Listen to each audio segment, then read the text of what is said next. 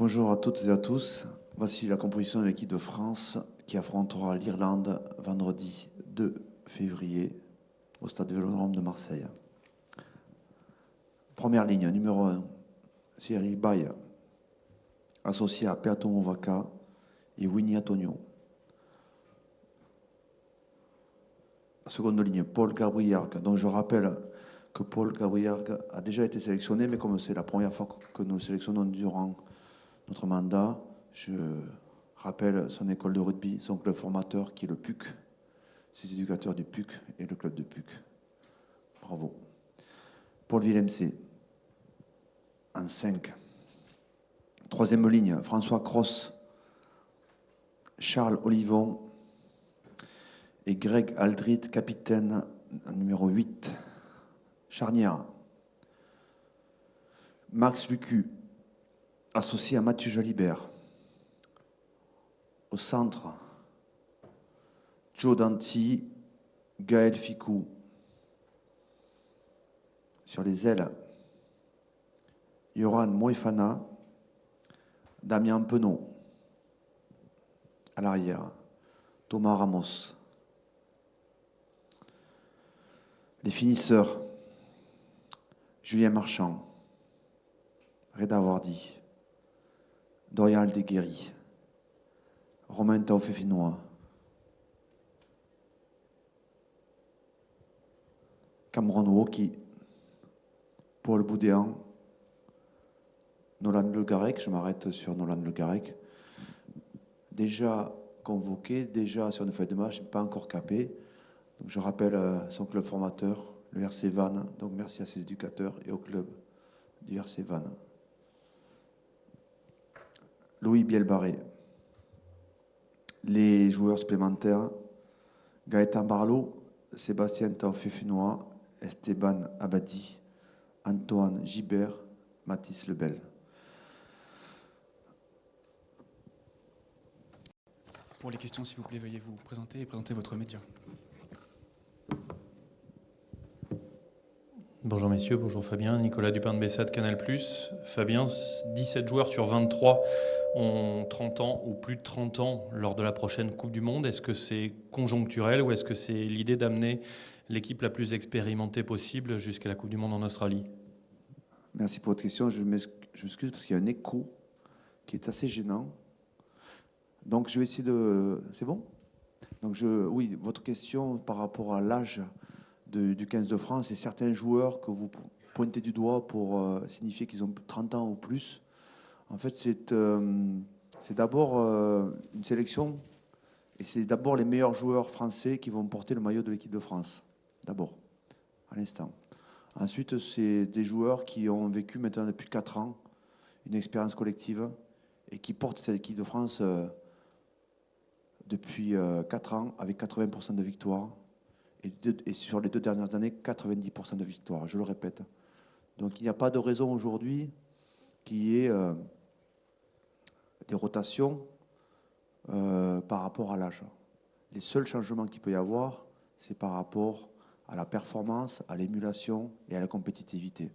Donc ces joueurs-là, aujourd'hui, sont les meilleurs à leur poste et sont sélectionnés parce que pour l'équipe de France, ils représentent la force maximale. Sur le futur, bien sûr, on ne peut pas savoir. Vous savez, le niveau international et la sélection, c'est quelque chose qui est assez précaire.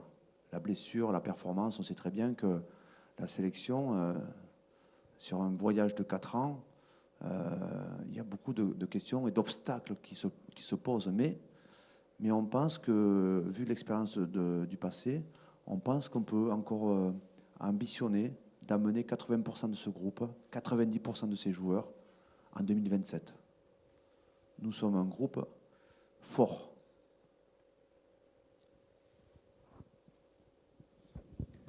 Bonjour messieurs, tout là-haut, là. Wilfried Templier, MC Sport. Fabien, est-ce que c'est, en termes de pression, est-ce que c'est plus qu'un match? Ce match face à l'Irlande, on se souvient de votre premier match il y a 4 ans face à l'Angleterre au début du mandat. Là, on en débute un nouveau de 4 ans, dans le contexte de l'élimination en quart de finale. Est-ce que vous le ressentez, ça? Je crois que depuis 4 ans, il n'y a jamais eu de matchs qui se sont passés en fait, sans injonction de victoire. On a toujours entendu La musique derrière avait de l'injonction de victoire et c'est notre mission. Faire en sorte que l'équipe de France, qui gagnait 35% de ses matchs par le passé, continue à performer et continue à porter haut les couleurs du rugby français. Mais le chemin, il est fait d'obstacles. Et les obstacles, c'est bien sûr les adversaires. On va jouer l'Irlande qui, avant la Coupe du Monde, était au numéro 1 mondial, aujourd'hui numéro 2 mondial. Donc on a conscience de l'enchaînement qu'on a, c'est-à-dire Afrique du Sud champion du monde, et là aujourd'hui numéro 1 mondial, numéro 2 mondial, qui a connu aussi la défaite en quart de finale. Mais la défaite fait partie du chemin, l'obstacle fait partie du chemin. Et en fait, je pourrais dire que nous apprécions ce contexte. Pression, injonction, ça ne pose pas de problème, on est là pour ça, on est solide. Ce sont des postes à mission lourde qu'on assume totalement depuis 4 ans et qu'on va continuer à assumer avec plaisir et avec détermination. Bonjour messieurs, une question pour Fabien, sur ta droite, bonjour. Est-ce que tu peux nous dire ce qui a changé dans votre manière de fonctionner par rapport au précédent mandat? Patrick est là, c'était déjà une nouveauté. Qu'est-ce qui a changé au quotidien, tout simplement? Merci. On a quand même gardé une trame essentielle qui fait que l'équipe elle performe 80%, 90% lors des 2 dernières années. Donc on a conservé ce qui fait la force de cette équipe. N'oublions pas. Maintenant, il faut toujours essayer d'évoluer. Donc on a toujours essayé de changer des petits détails qui faisaient que la méthode nous permettait d'être plus performants. On a fait 10 compétitions par le passé, c'est la 11e. Donc c'est encore une évolution sur on va dire, la version 11 de la préparation.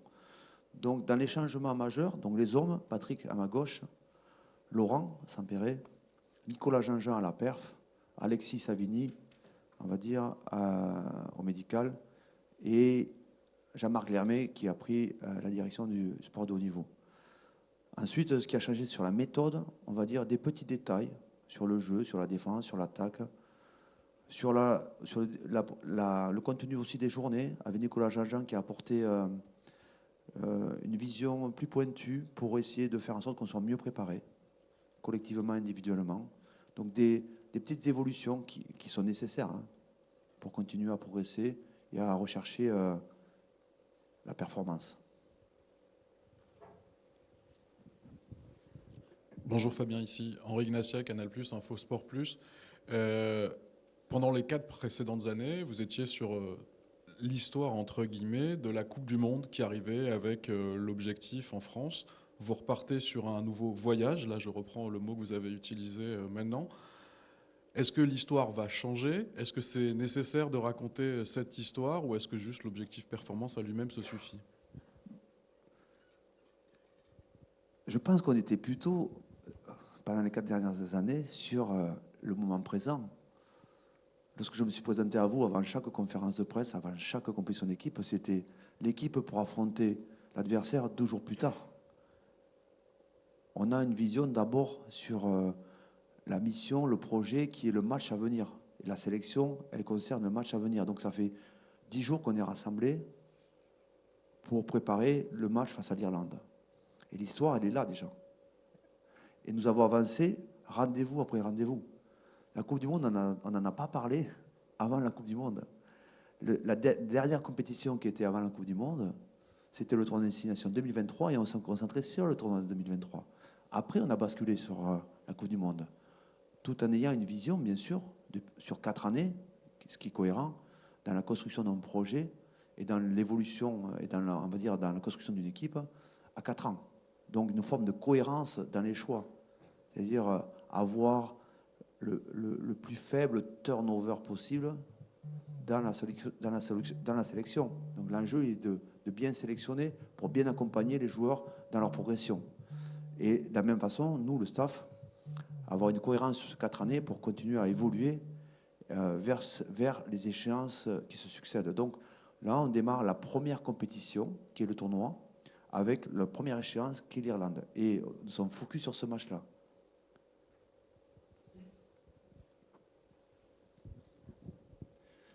Bonjour messieurs, Thomas Métral, le Rugby Show. On n'a pas l'habitude de voir Julien Marchand parmi les finisseurs. Est-ce qu'aujourd'hui c'est Peato Movaca qui est venu chercher le maillot? Peato a été, je parle en premier de Peato, a été très performant pendant la Coupe du Monde. Il a été en capacité de prendre le relais de Julien en tant que starter, qui s'est blessé au bout d'un quart d'heure face au All Black, en grattant un ballon sur un geste qui pour nous était répréhensible. Peato a pris le relais, a pris le maillot. Et c'est vrai qu'aujourd'hui, Peato est en grande forme. Julien revient.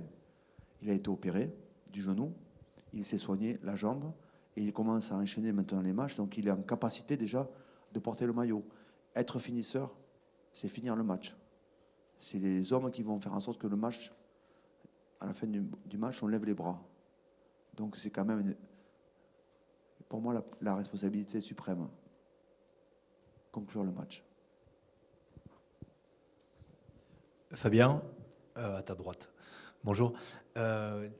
Qu'est-ce qui t'a fait trancher en faveur de Yoram Moefana et Paul Gabriag sur l'aile en deuxième ligne, s'il te plaît? Merci. C'est toujours des réflexions qu'on a avec le staff, donc Patrick ici présent. Peut-être je pourrais pas donner la parole à Patrick pour échanger sur la réflexion qu'on a eue, puis après je vous dirai sur le choix final, mais c'est intéressant qu'on partage aussi la méthode de notre sélection. Si tu veux bien, Patrick. Bonjour à tous. On avait deux profils, on le voit bien sur les caractéristiques, sur les deux postes en l'occurrence, c'est deux profils très différents.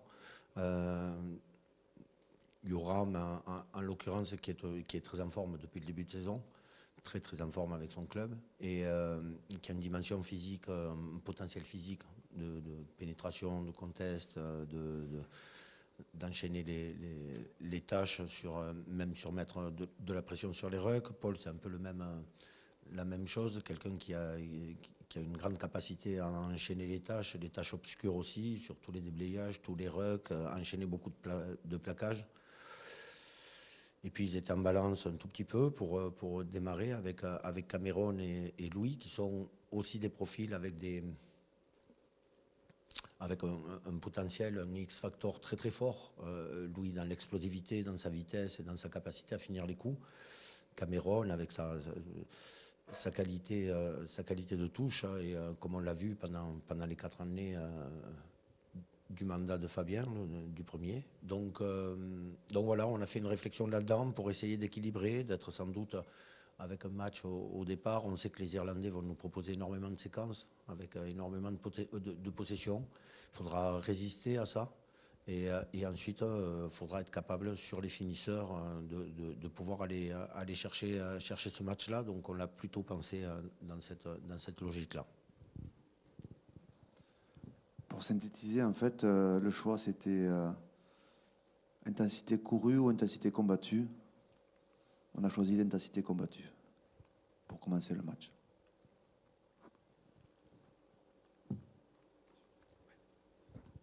Bonjour. Fabien, pendant 4 ans, on a beaucoup parlé de la Dupont-dépendance. On sait à quel point il a pu être un joueur décisif avec le ballon, sans le ballon, par son jeu au pied. Comment compenser ça sur la durée du tournoi? D'abord, c'est l'occasion de saluer Antoine qui se prépare, lui, à voyager avec le rugby à 7, qui continue à jouer avec son équipe et qui a été excellent le week-end dernier au Racing. Donc ça fait partie de cette vision qu'on a aussi avec les joueurs de développement, cette vision partagée avec la DTN et la fédération et son club Stade Toulousain. Il a choisi une ouverture, une parenthèse qui sera le rugby à 7 et les Jeux Olympiques. Et je l'en félicite une fois de plus parce que je trouve que c'est bien de respirer, de sortir du cadre d'une manière ou d'une autre. Ce qui laisse la place, ce qui laisse l'opportunité à d'autres joueurs de venir dans le vestiaire et de chercher le maillot. Donc Max Lucu, qui est avec nous maintenant depuis le début du mandat, quasiment a toujours été bon, voire très bon dans ces matchs. Donc c'est à lui maintenant de prendre la charge, on va dire, avec sérénité, avec ce qu'il sait faire, avec ses atouts, ses qualités. Et puis Nolan Le Garec, qui a été avec nous depuis le Japon, qui a toujours été très très bon dans les entraînements, toujours convaincant dans les temps passés avec nous, jamais rentré sur le terrain, jamais capé, Puis reparti en club avec le Racing, très performant avec le Racing. Et un sentiment que Nolan est prêt aussi à prendre le relais. Donc en fait, cette émulation dans le rugby français, je la vois positive. Pour l'équipe aussi, c'est-à-dire que Greg, capitaine, les leaders, dans lequel Thomas Ramos et Max Lucu sont aujourd'hui partie prenante, ont maintenant à jouer sans Antoine, mais surtout avec toutes les qualités que cette équipe porte en elle. Donc ça va être intéressant de voir ce visage différent de notre équipe de France. Bonjour à vous deux, Vincent Pellegrini de Radio France. Fabien, l'équipe d'Irlande est désormais orpheline de Jonathan Sexton. Est-ce que tu penses que ça peut changer des choses dans la façon de jouer de cette équipe?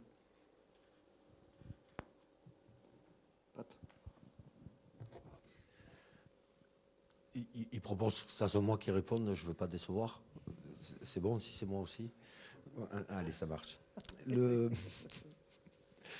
Non, simplement, on connaît l'équipe d'Irlande, ça fait très longtemps qu'ils sont sur les mêmes circuits, sur les mêmes animations, exactement. C'est pas anodin ici sur leur équipe. C'est Crowley qui est destiné sans doute à remplacer Jonathan Sexton. Ils ont une façon de jouer en club, ils ont cet atout-là de décliner de club à l'équipe nationale leur organisation, leur façon de jouer, leur animation, leur façon de sentir les déséquilibres sur une formation très bien huilée. Et on ne pense pas qu'il y a un changement révolutionnaire. Il y aura fatalement une évolution parce que ce ne sont pas les mêmes joueurs, pas avec la même expérience non plus, mais on s'attend à avoir une formation, une façon d'animer leur jeu et une philosophie de jeu qui va être très similaire à ce qu'ils proposaient jusqu'à maintenant avec Jonathan Sexton. C'est quand même une sélection qui va se présenter à peu près à 60 caps en moyenne, à nouveau. Donc c'est des joueurs qui jouent quasiment que pour leur équipe nationale et un peu pour leur province. Donc par rapport à l'équipe qui a perdu en quart de finale face aux All Blacks, il y a un joueur sur blessure à l'aile droite qui sera absent, Mark Hansen, Sexton qui avait prévu de prendre sa retraite. Et après, on imagine que ça sera exactement la même équipe. Ils ont joué depuis le quart de finale à peu près 4 matchs maximum en Coupe d'Europe. Par contre, ils se sont bien préparés pour notre rendez-vous. Donc on n'est pas très inquiet sur leur capacité à performer collectivement sans Jonathan Sexton, à qui on rend hommage. Franchement, à qui on rend hommage. Il est passé nous voir un petit peu en France, un petit peu au Racing. Puis il est vite reparti en Irlande pour jouer jusqu'à 37 ans. Donc on lui rend hommage pour sa superbe carrière.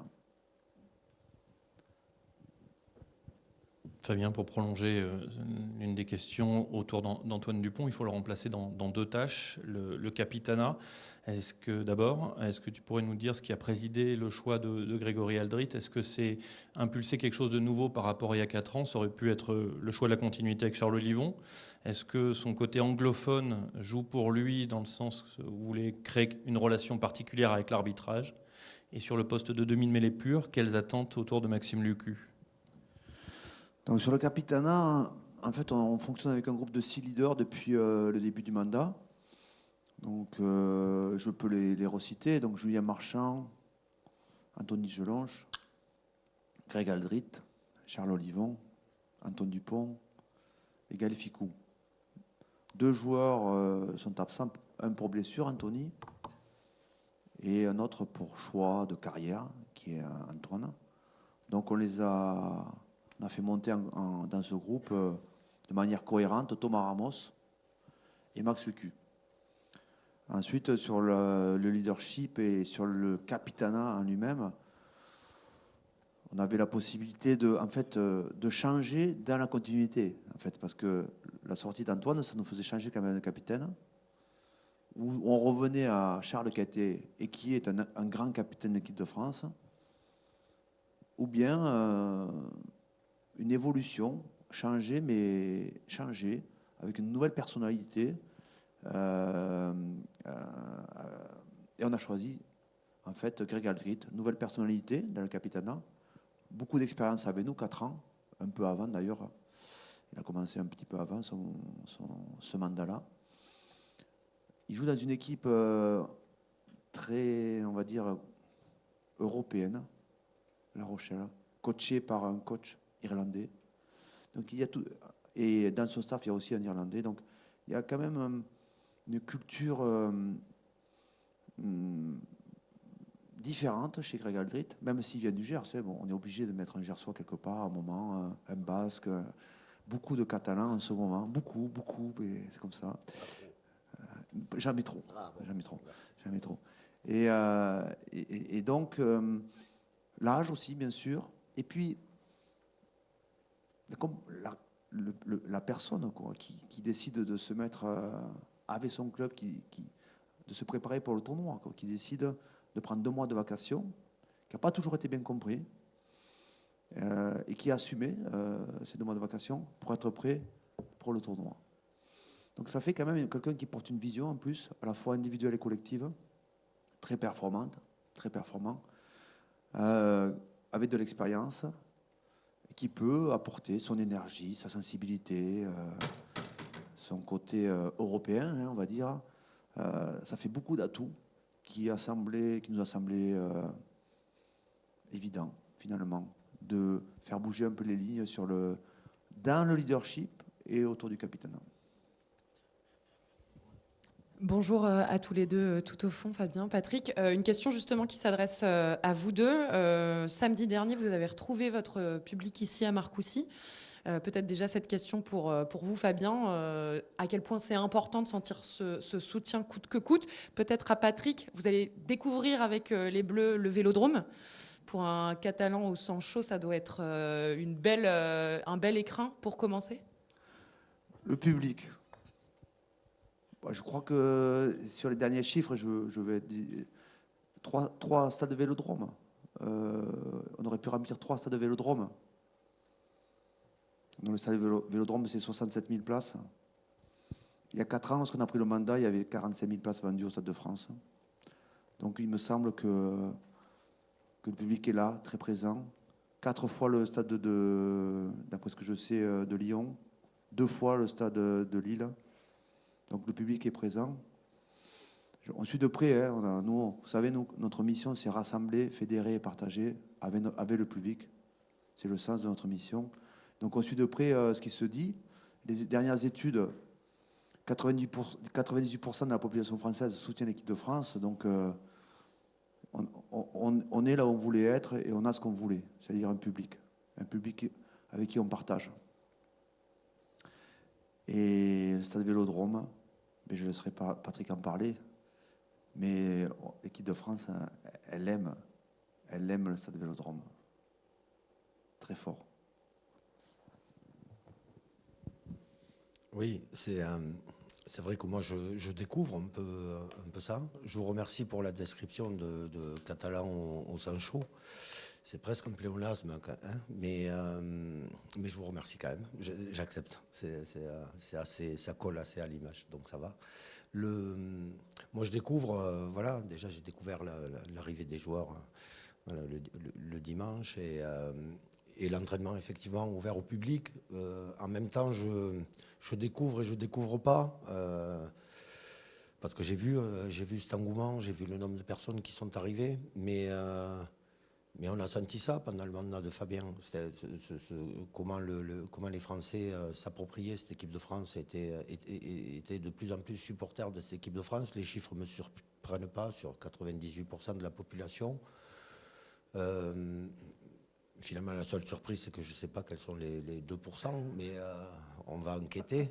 Mais non, et puis très impatient, effectivement, le stade Vélodrome, ça parle pour quelqu'un de Perpignan. Voilà, un stade haut en couleur, beaucoup de passion, qui est fait justement, il a été construit pour aller avec la passion des supporters qu'il y a là-bas. Plus cadré foot, bien sûr, mais qui avec cet engouement-là. Donc, je sais, pour en avoir parlé aux joueurs, que que les joueurs aiment ce stade aussi, et qu'on va pouvoir chercher ce supplément, parce que le match va être très très difficile, et qu'on pourra aller piocher un peu d'énergie dans tout le support qu'il va y avoir autour, et que le stade Vélodrome impulse des ondes positives et une énergie positive qui va être utile pour pouvoir performer contre les Irlandais. Une dernière question. Bonjour Patrick, Fabien, Anthony Talieu pour Actu Rugby. Vous alignez une équipe très robuste avec des joueurs qui ont une appétence pour le duel, le combat. Est-ce que le fait d'aligner justement un Moefana à l'aile, un Paul Gabriel en deuxième ligne ou ce banc en 6-2, c'est une volonté affirmée de votre part de prendre ces Irlandais dans le combat et la férocité? Prendre les Irlandais dans le combat, je dirais, pour reprendre vos mots, c'est peut-être, je proposerais une autre tactique. Je dirais faire des choix stratégiques pour proposer l'équipe de France la plus forte vendredi soir. Et dans les choix stratégiques, il semblerait qu'en ayant fait un banc en 6-2, on va pouvoir avoir beaucoup d'énergie sur la ligne de front, à la fois dans l'intensité combattue, mais aussi dans l'intensité courue. L'équipe d'Irlande est une équipe qui va nous proposer 200 plaquages. On se prépare à plaquer 200 fois. On se prépare à jouer 200 rucks sans la possession. Ça veut dire intensité courue, intensité combattue, intensité émotionnelle et maîtrise. On a un grand rendez-vous sur ce qu'on appelle pour nous le rapport de force. Et dans le rapport de force, il y a le rapport de force physique, technique et psychologique. Donc il y a ces trois ingrédients qui vont être mélangés. Et il nous semble que le bon équilibre, bien sûr, avec l'effectif disponible à l'instant T, parce que il y a dans cette équipe de France des forfaits. On peut quand même saluer Anthony Gelonge et l'encourager. Il est reparti pour un long voyage solitaire. Donc on va l'encourager, on va s'en occuper à notre manière. Bien sûr, c'est son club qui le gère, mais on pense à Meafou, on pense à Thibaut Flamand, on pense à Romain Tamac, on pense à Jean-Baptiste Gros, on pense à Sipili Falatea, à Pierre Bourgarit. On a des joueurs importants qui sont sur le flanc. Ça fait partie aussi du chemin, ça fait partie des obstacles dont j'ai parlé. Et avec cet environnement, ce contexte, on a cherché à construire l'équipe qui nous semblait la plus performante globalement par rapport à ce rendez-vous et par rapport à la stratégie qu'on a définie. Vendredi soir, à 21h, on va présenter l'équipe de France la plus forte possible du moment. Ça fait 2 mois qu'on le prépare à ce match. Nous, le staff, depuis le début décembre, on s'est mis à préparer ce match. Bien sûr, les jours, ça fait que 10 jours, puisqu'ils arrivent de club, mais ça fait 2 mois qu'on prépare ce match. Merci à tous.